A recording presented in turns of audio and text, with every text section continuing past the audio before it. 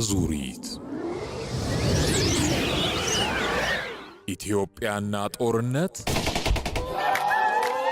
ፍቺ የሚያስፈልገው ጋብቻ በታምን ባታምን በቁም ሞተና ውይይት ነው ሰላማዊ ሰልፍ ነው ወይንስ እንደ ወያኔ ወጣቶች ታጥቃችሁ ወገን መከታ ተነሳከራነ ከባድነ ወጣና ማለት ሃይሜታ ማለት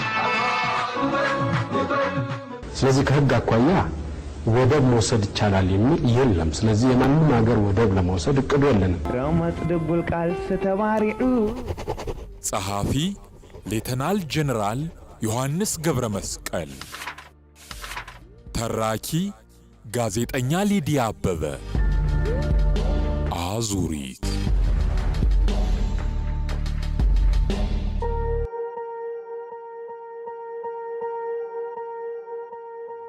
መቅድም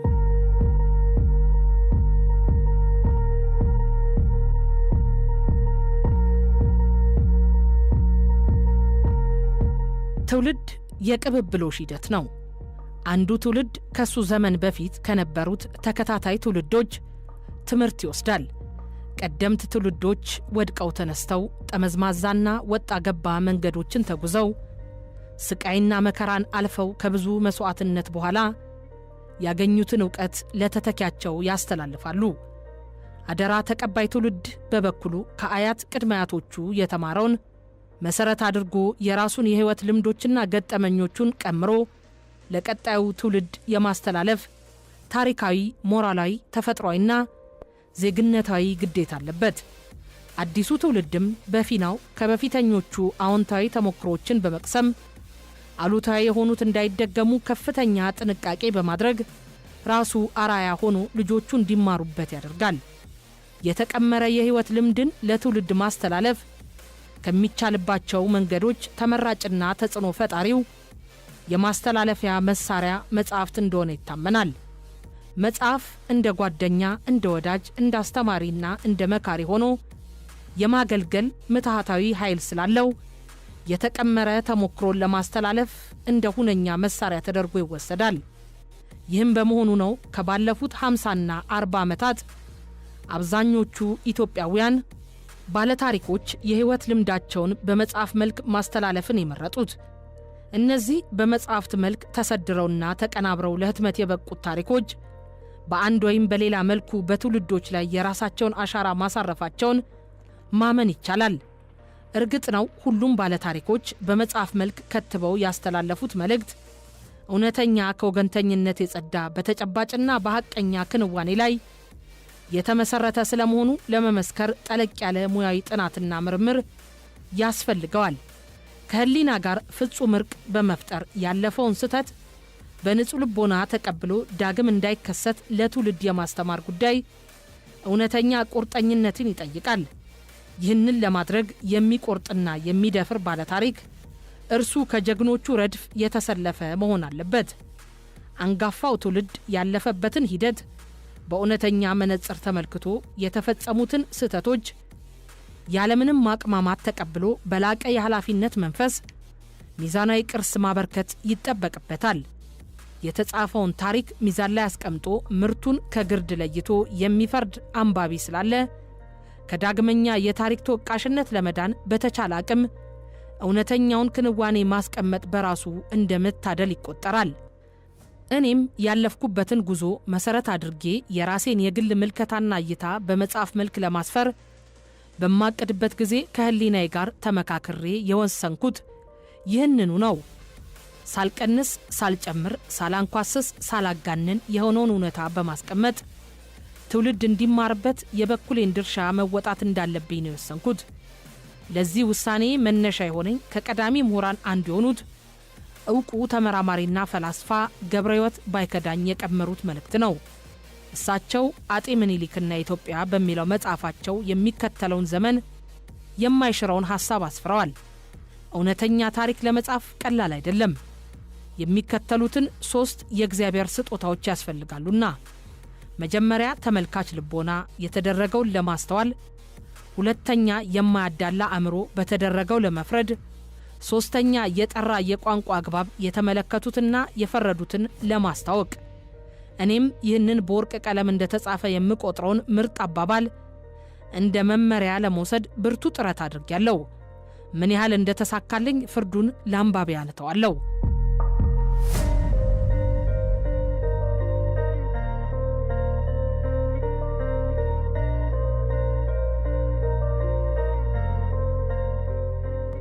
መጽሐፉን በማዘጋጅበት ወቅት አእምሮዬን ወጥረው የያዙትን ሁለት መሰረታዊ ጉዳዮች ለማንጸባረቅ ጥረት አድርጌያለሁ። አንደኛው መሰረታዊ ያልኩት ርዕሰ ጉዳይ የጦርነት አስከፊነት ነው።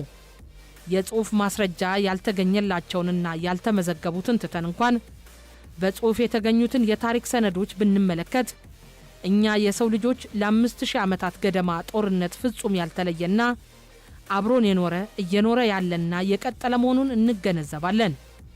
የጦርነት ዋናው መንስኤ ደግሞ ተፈጥሮ የለገሰችውን የከርሰ ምድር፣ የልዕለ ምድር፣ የውሃና የአየር ሀብት ወዘተ ለመቆጣጠር የሚደረግ ልጓም አልቦ ስስትና ራስ ወዳድነት ነው። ይህንን የተፈጥሮ ሀብት ለመቆጣጠር ደግሞ ስልጣን ዋነኛ መሳሪያ እንደሆነ ታሪክ አሳይቶናል። በመሆኑም ሀብትን በብቸኝነት ለመቆጣጠር የሚያስችልን የስልጣን አክሊል ለመድፋት የሚደረገው ሽኩቻ ጦርነትን እየጸነሰ እየወለደና እያሳደገ ዓለማችን በጦርነት አዙሪት ውስጥ እንድትገባ አድርጓታል። እጅግ የሚያሳዝነውና የሚያስቆጨው ነገር የሰው ዘር ከታሪክ ለመማር ያልቻለ ፍጡር የመሆኑ ጉዳይ ነው። እውነት ነው፣ የበለጸጉት አገሮች ከዘመናት እልቂትና ውድመት በኋላ በመጠኑም ቢሆን ከታሪክ ተምረው ዲሞክራሲያዊ ስርዓት ለመገንባት ጥረት አድርገዋል።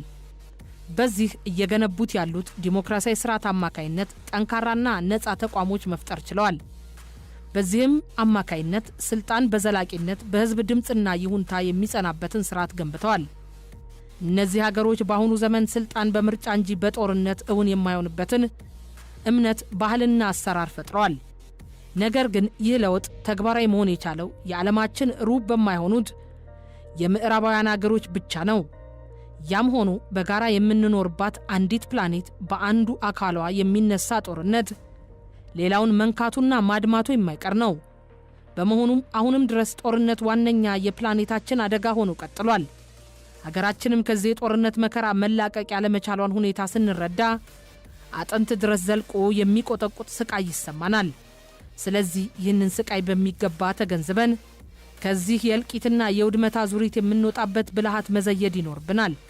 እኔም ይህን ታሳቢ በማድረግና ጦርነት ለአንዴና ለመጨረሻ ጊዜ መወገድ አለበት ከሚል ጽኑ እምነት መነሳት እንዳለብን በመረዳት ነው ተሞክሮዬን ለማስተላለፍ የተነሳሁት። ይህን ለማድረግ ታሪካችንን ለመፈተሽ ተገድጃለሁ። ጉዳዩን አውዳዊ በሆነ ማዕቀፍ ለመረዳት እንዲያስችል ያለፉትን የሀገራችን የጦርነት ቀለበቶች በዚህ መጽሐፍ ተዳሰዋል። ከሁሉ በላይ ግን የቅርብ ጊዜ የጦርነት ታሪካችን ማለትም የደርግን ስርዓት ለማስወገድ የተካሄደው የትጥቅ ትግል፣ የኢትዮ ኤርትራ ጦርነትና የትግራይ ጦርነት ሰፊ ሽፋን አግኝተዋል።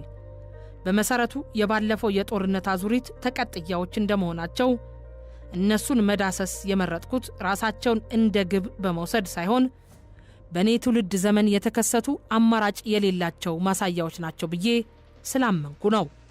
እኔ ጦርነትን የማውቀው በተረት ተረት፣ በመጽሐፍ፣ በፊልም ወይም በአውደ ጥናት መድረኮች አይደለም። ጦርነትን በመጀመሪያ የማውቀው ገና የ18 ዓመት ወጣት ሆኜ በምዕራብና ሰሜን ምዕራብ ትግራይ በተሳተፍኩባቸው አውደ ውጊያዎች ነው።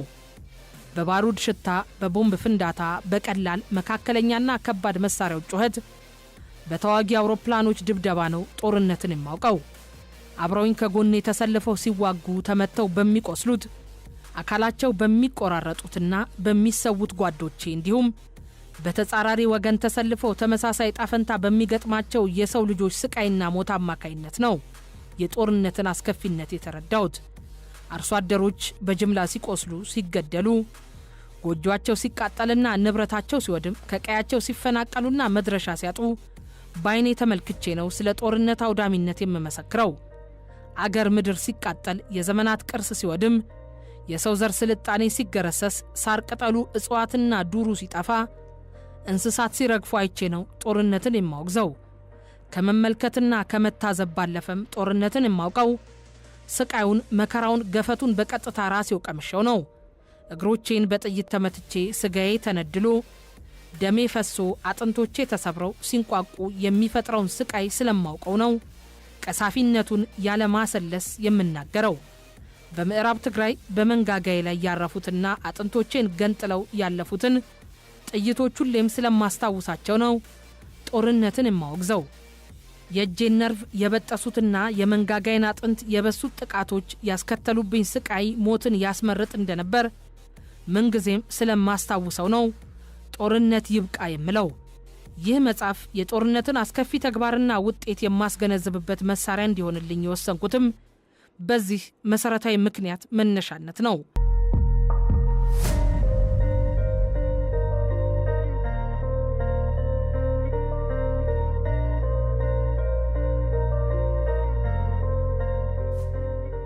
ሁለተኛው መሰረታዊ ጉዳይ የጦርነትን አዙሪት እንዴት መስበር ይቻላል የሚለውን ርዕሰ ጉዳይ ለመዳሰስ የተነሳውበት ነጥብ ነው። ይህንን መሰረታዊ ጥያቄ ለአንዴና ለመጨረሻ ጊዜ ለመፍታት ታሪካችንን በጥልቀት መፈተሽ እንደሚገባ አምናለሁ። በህዝቦች መካከል ለዘመናት ስር ሰዶ የቆየውን ግጭት ትቶት ያለፈውን ቁስልና ጠባሳ በግልጽ ገላልጦ መመልከትና እንዲድን አድርጎ መፈወስ የግድ አስፈላጊ ነው። ይህንን ማድረግ ደግሞ የታሪክ እውነታዎች ላይ የጋራ መግባባት ላይ መድረስን ይጠይቃል። በመቀጠል በጋራ ሀብታችንና በጋራ መብቶቻችን ላይ ፍትሐዊና እኩል ተጠቃሚነትን የሚያረጋግጥ ስርዓት በዲሞክራሲያዊ መንገድ መመስረትና ማነጽ ይጠበቅብናል። ይህንን ለማመቻቸት የሚያስችል ቀጣይነት ያለውና በህዝብ ይሁንታ የጸና ሀገረ መንግስት መፍጠር ይኖርብናል። ይህንን ነጥብ በሚመለከትም በስፋትና በጥልቀት በመጽሐፉ መጨረሻ ምዕራፍ እንዲካተት ተደርጓል። ስለ የጦርነት አዙሪት ታሪክና የጦርነት አስከፊነት ሳነሳና ስለ የጦርነት አዙሪት መስበር ስጽፍ በእኔ በኩል መሰረት የማደርገው አንዱና ትልቁ ነገር በራሴ ያሳለፍኩትን የህይወት ልምድና ከልምዱ የቀሰምኩትን ዕውቀት ነው። ገና ከወጣትነት ዕድሜ ጀምሮ የተቀበለኝ የ17 ዓመቱ ከደርግ ጋር የተደረገ እልህ አስጨራሽና ደም አፋሳሽ የእርስ በርስ ጦርነት ነው። በሂደት ስለ ጦርነቱ አስቀያሚ ውጤቶችና ጉዳቶች እያየው ስጓዝ በአንድ በኩል ይህን ጦርነት የመጨረሻ ያደርግልን ይሆናል የሚል ህልምና ተስፋ ነበረኝ። እንደዚያኛው ትውልድ እኔም ህልሙ እውነት ይመስለኝ ነበር። ግን ያ የእርስ በርስ ጦርነት በ1983 አልቋል፣ አሸናፊና ተሸናፊ ተለያይቷል ተብሎ እንዳበቃ ሌላ ጦርነት አርግዞ ጦርነት ለመውለድ ጊዜ አልፈጀበትም። ሁላችንም እንደምናውቀው የሽግግር ሥራ ሲጀመር ከኦሮሞ ነጻነት ግንባር፣ ከሶማሌ ክልል የታጠቁ ቡድኖች፣ አልኢታድ፣ ኦኤንኤልኤፍ ወዘተ እየተባለ ትንሽ ቆይቶም ከአዲሲቷ ሀገር ኤርትራ ጋር ከእንሞካከር ፕሮፓጋንዳ ተሻግረን ወደዚያ ህይወት ወደ በላውና ንብረት ወዳወደመው አስቀያሚ ጦርነት ከመግባትና አካባቢውን ለ20 ዓመት ወዳወደመው ጦርነትና ቀዝቃዛ ጦርነት ውስጥ ከመዘፈቅ አልዳንም። እኔም በዚሁ ህይወት ከማለፍ ሌላ አማራጭ አልነበረኝም። ነገር ግን በእያንዳንዱ ምዕራፍና ሁኔታ ከኔ ጋር የሚኖሩ ለኔ ትክክል የምላቸውና ስህተት ብዬ የምወስዳቸው ከነባራዊ ሁኔታ ጋር የተያዙ ታሪኮች መኖራቸው አልቀረም። ከደርግ ጋር በነበረው ጦርነት ተራ የመብት ታጋይ ሆኜ ጠበንጃ ከመታጠቅ ጀምሬ በያኔው አደረጃጀት ቲም መሪ፣ የመቶ መሪ፣ ሻምበል መሪ፣ ሻለቃ መሪ፣ ብርጌድ መሪ፣ ክፍለ ጦር መሪ በመሆን አልፌያለሁ። ከዚያ በኋላም ወደ አሜሪካ ተጉዤ ከሀገሪቱና ከሌሎች ሀገሮች መኮንኖችና ሲቪሎች ጋር በመሆን የመማርና በህይወቴ ለመጀመሪያ ጊዜ ከኢትዮጵያ ውጭ ያለውን ዕውቀት፣ እድገት፣ ማህበራዊ ህይወት በጥሩም በሌላም የማየትም የመገንዘብም እድሉን አግኝቻለሁ። በ1968 ዓ.ም ሳልጠግበው በወጣትነት ዕድሜ የተውኩትን ትምህርት ከ19 ዓመት በኋላ በተማሪነት ወይም በሰልጣኝነት ተመልሼበታለሁ።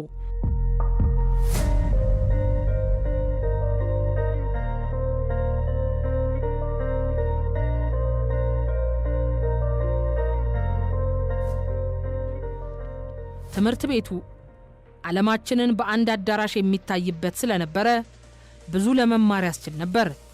በተግባር ብቻ የማውቀውን ውትድርና በሳይንሳዊ ንድፈ ሐሳብና በእውቀት ለማጎልበት የማይተካ ዕድልም ነበር። ከአሜሪካን ወደ አገር ቤት ተመልሼ ሳይውል ሳያድር የመጣው ኢትዮ ኤርትራ ጦርነት ነው። በኢትዮ ኤርትራ ጦርነት ክፍለ ጦር መሪ፣ ኮር አዛዥ ሆኜ እያዋጋው እየተዋጋው አልፌያለሁ። ጦርነቱ አለቀ ስትለው እየመጣ መሆኑን እያሰብሁ በመጣው ቁጥር የሚበላውን የሰው ሕይወትና ንብረት እያየሁም ያውም የተሰጠኝን ግዳጅ እየተወጣው ግን ከጦርነት ወደ ጦርነት ብቻ የምንወድቅበት ችግሩ የት ላይ ነው? እውነትነቱስ ትክክለኝነቱስ የሚሉ ጥያቄዎችን ከማሰላሰል አልቦዘንኩም። መልሶ መላልሶ የማገኘው ሐቅ ግን ከጦርነት ውጪ መኖር ያለመቻላችን እውነታ እንደሆነ ነበር። ከኢትዮ ኤርትራ ጦርነት ተንገራግጮ መቆም በኋላ ለመጀመሪያ ጊዜ ከተዋጊ ሰራዊት ወጥቼ በመከላከያ መስሪያ ቤት የመከላከያ መረጃ ኃላፊ ሆኜ በማዕረግም ሜጀር ጀነራል ሆኜ ተመድቤም ቀላል ለማይባሉ ዓመታት ሰርቻለሁ። በእነዚያ ጊዜያትም ከቢሮ ሥራ ባህሪ ጋር በተያዘ በብዛት ወደ ውጭ አገር ጉዞ አድርጌያለሁ። እኔን ከሚመስሉ የአፍሪካ የምዕራብ አገሮች የእስያና የአረብ አገሮች ዲፕሎማቶችና ከፍተኛ መኮንኖች ጋር ተገናኝቻለሁ። አገሮችን ማየትና ከተለያዩ ሰዎች ጋር መገናኘት ሌላው ከትምህርት ቤት ባልተናነሰ ዕውቀትና ልምድ የማገኝበት ዕድል ነበር።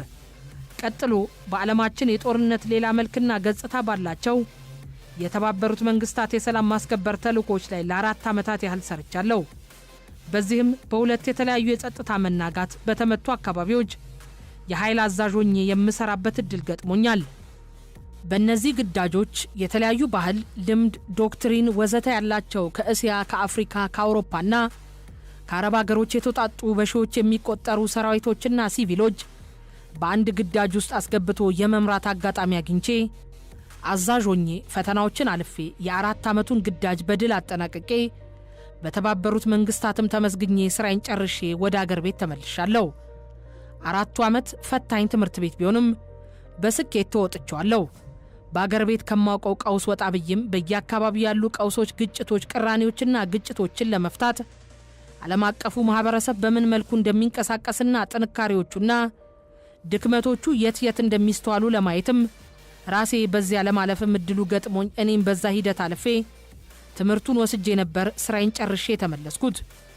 ወደ የተባበሩት መንግስታት በስራ ከመቀላቀሌ በፊት ግን በመረጃ ስራ እንደተመደብኩ በአፋጣኝ ወደ አዲስ አበባ ዩኒቨርሲቲ የሰላምና ደህንነት ተቋም ገብቼ ለ2 ዓመት ያህል በእድሜ ከሚያንሱኝ ተማሪዎች ጋር ተምሬ የማስተርስ ዲግሪ አግኝቻለሁ። በ2008 ዓ.ም ከተባበሩት መንግስታት ስራ ስመለስ የኢህአዴግ መንግስት ልትወልድ ምጥ እንደያዛት እርጉዝ ሴት ከውስጡ መልክ ባጣ ፖለቲካ እየተተራመሰ ነበር ያገኘሁት። ያኔ እኔ ጡረተኛ ነኝና የውስጥ ፖለቲካዊ ቀውስ በምን መልኩ ሊቋጭ ይሆን ከማለትና ወደ ቀውስ ካመራ ይዞት የሚመጣውን ጣጣ እያሰብኩ ከመስጋት ሌላ በቀጥታ ላደርገው የምችለው ነገር ብዙም አልነበረም። ነገር ግን በቀጥታ ባይሆንም ነገሮች ከቁጥጥር ውጭ ከሄዱ ጣጣው ከባድ ይሆናል ብዬ ሞትወቴ አልቀረም። ከውጭ ወደ አገር ቤት የገባ የኦሮሞ ነጻነት ግንባር ወደ ሽምቅ ሊያመራ ጊዜ አልፈጀበትም ነበር። በሂደት እየጋለ የመጣው ውስጣዊ የፖለቲካ ትኩሳት ለእኔና እንደኔ ላለው የሚፈጥረው ፍርሃትና ስጋት ከባድ ነበር። ሳይዘገይም የፖለቲካ ትኩሳቱ ወደ ጦር ማውረድ ተሸጋግሮ ትግራይ ውስጥ በፈነዳው እሳትና በኦሮሚያ በቀጠለው ቀውስ አገሪቱ በግጭትና ጦርነት ተለበለበች። ሕይወት ጠፋ፣ ንብረት ወደመ፣ የህዝብ ስነ ልቦና ተጎዳ፣ ህዝብ ተፈናቀለ፣ ተሰደደ። ሁሉም አስቀያሚዎች የጦርነት ውጤቶች አይናቸውን አፍጥጠው መጡ። እኔም ጦርነት ይቁም፣ አያስፈልግም፣ ይብቃ። ጦርነትን ለመከላከል ጦርነቱ ቢጀመርም ለማስቆም የምንከፍለው ዋጋ ጦርነቱን እስከ መጨረሻ ለመውሰድ ከምንከፍለው ዋጋ በእጅጉ ያነሰ ነው እያልኩ እየወተወትኩ በዚህ ሁኔታ አለፍኩኝ። በእኔ ህይወት ያረጋገጥኩት ነገር ቢኖር ከደርግ ጋር ስንዋጋ እውነት ይመስሉኝ የነበሩ በኋላ ውሸት የሆኑብኝ ብዙ ነገሮች አሉ።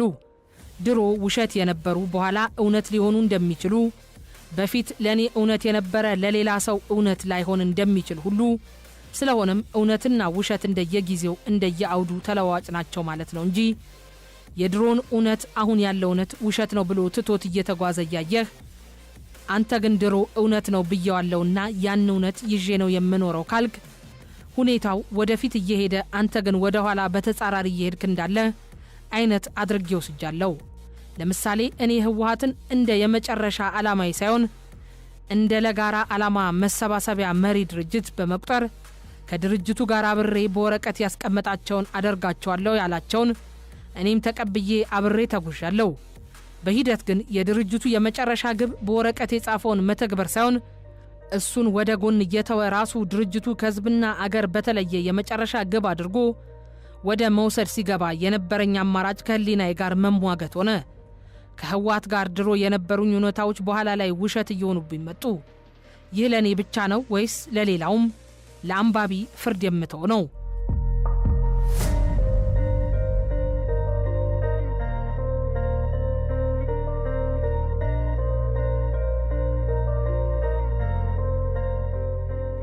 ዞሮ ዞሮ ግን የኔ አቋም የፈለገ ዋጋ ቢጠይቅም ከእውነት ጋር መጓዝ ለሰው ልጅ ይጠቅመዋል እንጂ አይጎዳውም የሚል ነው።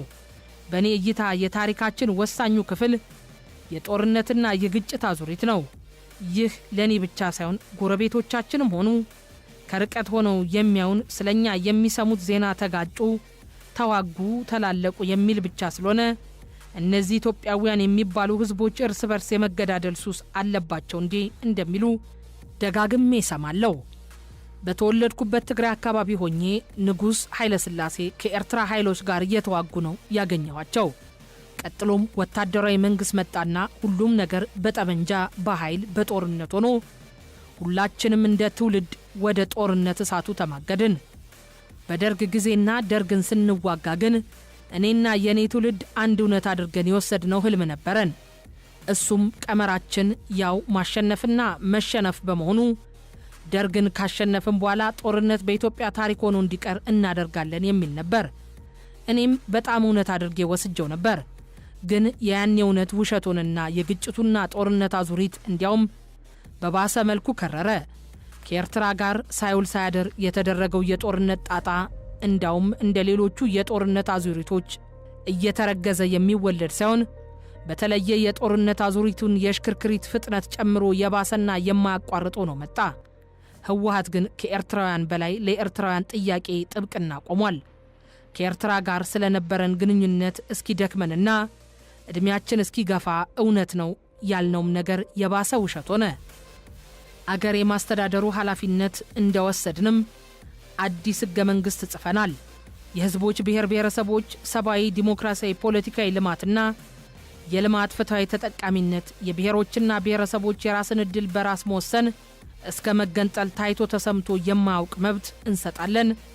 ጦርነትን፣ ግጭትን ታሪክ እናደርጋለንም አልን።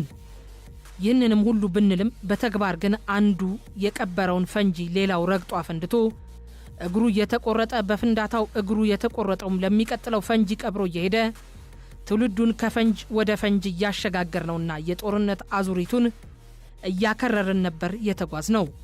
ታዲያ አንድ ጊዜ እውነት የመሰለህን ቆየት ብለህ ስታየው ውሸት ሆኖ እያገኘኸው ወይም ቀደም ብሎ የነበሩ እውነቶች ከጊዜና ሁኔታ ጋር በሌላ እውነት ሲቀየሩ ከአዲሱ እውነትና ነባራዊ ሁኔታ ጋር መራመድ ነው ትክክል የሚሆነው? ወይስ ድሮ አንድ ጊዜ እውነት መስሎ በታየ ህልም እዛው ተቸክሎ መቅረት?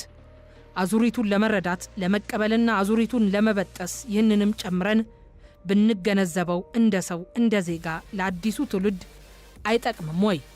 እኛ በጦርነቱ አዙሪት ተጠፍረን እርስ በርስ ስንገዳደል ሁላችን ተሸንፈን እያንዳንዱን ጦርነትና ግጭት እያለፍን እኔ ነኝ ያሸነፍኩት፣ የለም እኔ ነኝ ያሸነፍኩት እየተባባልን የጋራ ሽንፈቶቻችንን ከማመን ይልቅ በውሸትና ምኞታችን ራሳችንን ለማጽናት እንለፋለን። ይህ መጥፎ ባህልና ውርስ ከትውልድ ትውልድ ይሸጋገራል። እውነታው ግን በጦርነት አዙሪቱ አንድም አሸናፊ የለም፣ ሁሉም ተሸናፊ ነው። በተለየኛ የጦርነት አዙሪቱ 80-90 በመቶ በወንድማማቾች መካከል የሚፈጸም የእርስ በርስ መተላለቅ ስለሆነ ከትውልድ ወደ ትውልድ ሁሉም ተሸናፊ የሆነ እያሳለፈው ያለ አስቀያሚ ህይወትና ቆሻሻ ታሪክ ነው።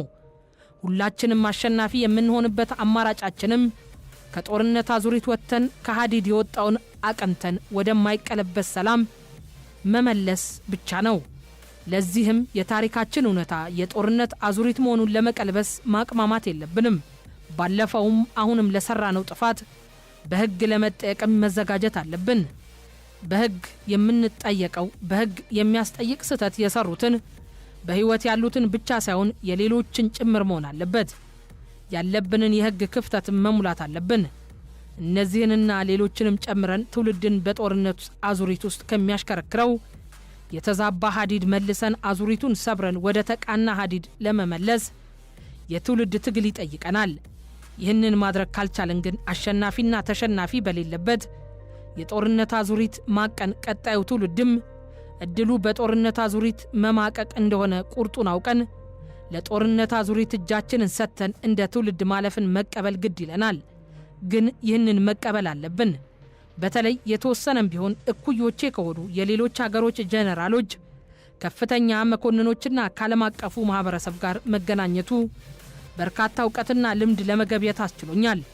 ከሁሉም የበለጠ ግን እኔን በጣም የጠቀመኝ በተለይ ከ1985 ዓ.ም ወደ አሜሪካ ከሄድኩ በኋላ ካነበብኳቸውና ካገኘኋቸው መጽሐፎች አንዱ የሆነው መጽሐፍ በጥንታዊ ፈላስፋ ቻይናዊው ሳንዙ ስለ ዘ አርት ኦፍ ዋር ወይም የውጊያና የጦርነት ሳይንሳዊ ጥበቦች በሚል ርዕስ የጻፈው መጽሐፉ ነው።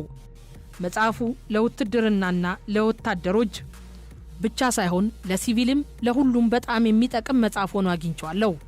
ከ20 ዓመታት በላይም መጽሐፉን እንደ መመሪያ ተጠቅሜበታለሁ። የሰለጠኑ ሀገሮች ከፍተኛ ወታደራዊ አመራሮችም ከቢሮአቸውና ከሻንጣቸው የማይለዩት መጽሐፍ ነው። ስለዚህ በቀጣዮቹ ምዕራፎች ደጋግሜ የማነሳቸውን ሐሳቦች ጨምቃ በያዘች የዚች ድንቅ መጽሐፍ አንድ አንቀጽ መግቢያዬን እቋጫለሁ። አዙሪት